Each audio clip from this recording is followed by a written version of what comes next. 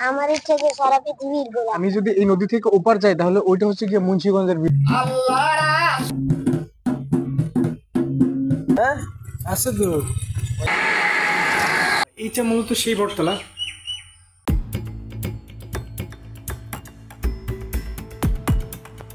আমি এখন আছি হচ্ছে গিয়ে নারায়ণগঞ্জের একেবারে শেষ প্রান্তের দিকে।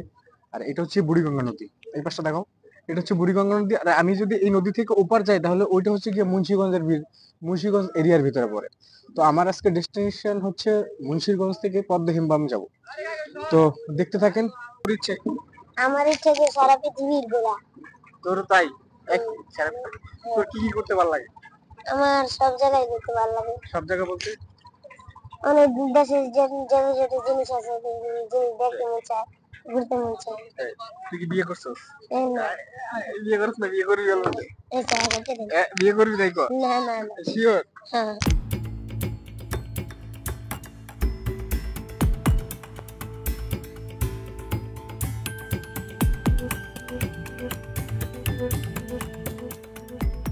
তো আমি চলে আসলাম নদীর এপারে। আর আমি এখান থেকে যাব হচ্ছে গিয়ে পদ্মহিমবামের দিকে। তো ভাই এখান থেকে পদ্মহিমবাম কত দূর হবে আনুমানিক? পদ্মহিমবাম ওই যে আপনার লালন শাহের মাজার যে ওইটা কত দূর এখান থেকে? ঘন্টাখানেক লাগবে।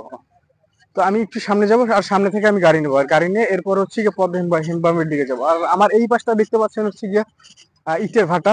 ইট ইট তৈরির কাজ চলতেছে।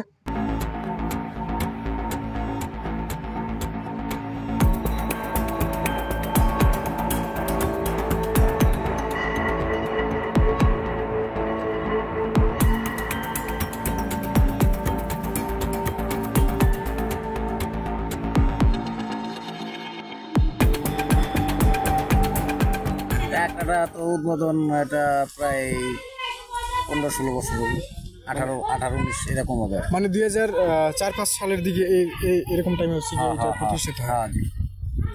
এটার প্রতিষ্ঠাতা মূলত কে? আমি ওইখানে দেখলাম যে কবির হোসেন নামের একজন কবির ভাই, সাংবাদিক কবির ভাই। সাংবাদিক কবির মানে উনি প্রথম হচ্ছে কি উনি এটারই ইনচার্জ পুরা। এটা হচ্ছে পদ্মহিমবামের সত্য বলো সুপথে চলো ওরে আমার মন। পদ্মহিমবাম প্রতিষ্ঠাতা কবির হোসেন, কবির একতারা শাহ। মানে উনি হচ্ছে গিয়ে এই পদ্মহিমবামের প্রতিষ্ঠাতা। আর এইটা হচ্ছে গিয়ে মূলত পদ্মহিমবামের ভিতরের যে সাইডটা আপনি এটা অনেক পুরনো, অনেক 1600 দশকের পরে। তবে এই বট গাছটা বেশ সুন্দর। আমার এই পাশে এই বট গাছ আছে, অনেকগুলো গাছ আছে, এই একটা ওই একটা, এই চারপাশে বেশ সুন্দর সুন্দর গাছ আছে। আমি এক পাশ ঘুরে দেখাই। প্রথমে আপনাদের এই পাশটা দেখাই। এইটা হচ্ছে গিয়ে সেই আপনার মঞ্চ যেখানে লালন শাহের গানের অনুষ্ঠানের জন্য বানানো হয়েছিল।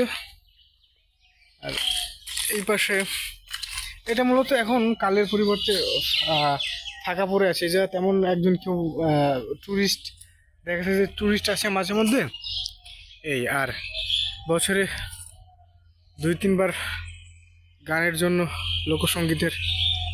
আর এইটা হচ্ছে একটা এখানে দায়িত্বরত অবস্থায় যিনি আছেন তিনি গোসল করতেছেন। আমি বললাম যে তার সাথে কথা বলা যাবে কিনা, সে বললো যে কথা বলা যাবে, আমি গোসলটা শেষ করি।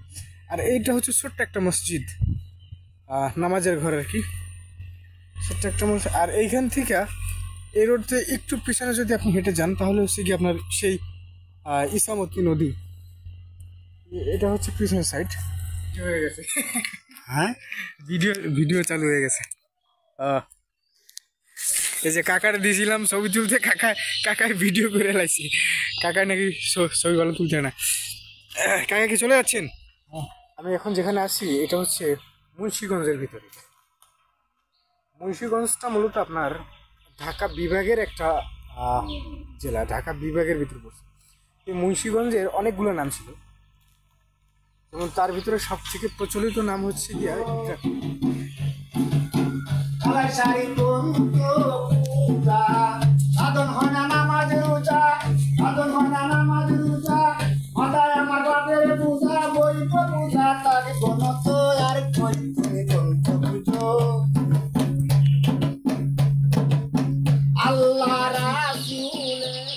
সেই বটতলার পিছনে আমি যেখানে বসা, এইটা মূলত সেই বটতলা যার চারপাশটা জুড়ে আপনার সুন্দর প্লাস্টার করে বসার জন্য স্পেস তৈরি করে দিয়েছে, এবং তার এর উপরে চারপাশে ঘুরে হচ্ছে গিয়ে বাউল সংগঠনের যত লোকজন আছে এরা বসে, এবং তার সামনের যে সাইডটা আছে মানুষদের বসার জন্য, তারা ওইখানে বসে গান করে এবং শ্রোতারা সামনে বসে সেগুলো শুনে।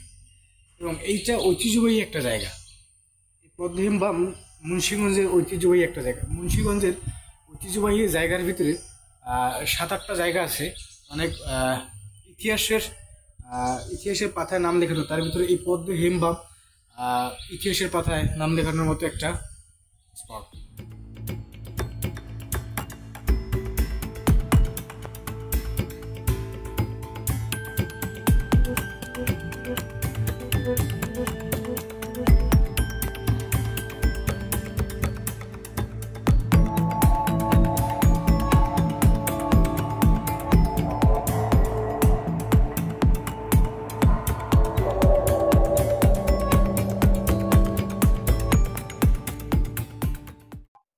এটা হচ্ছে আরেকটা পাশ।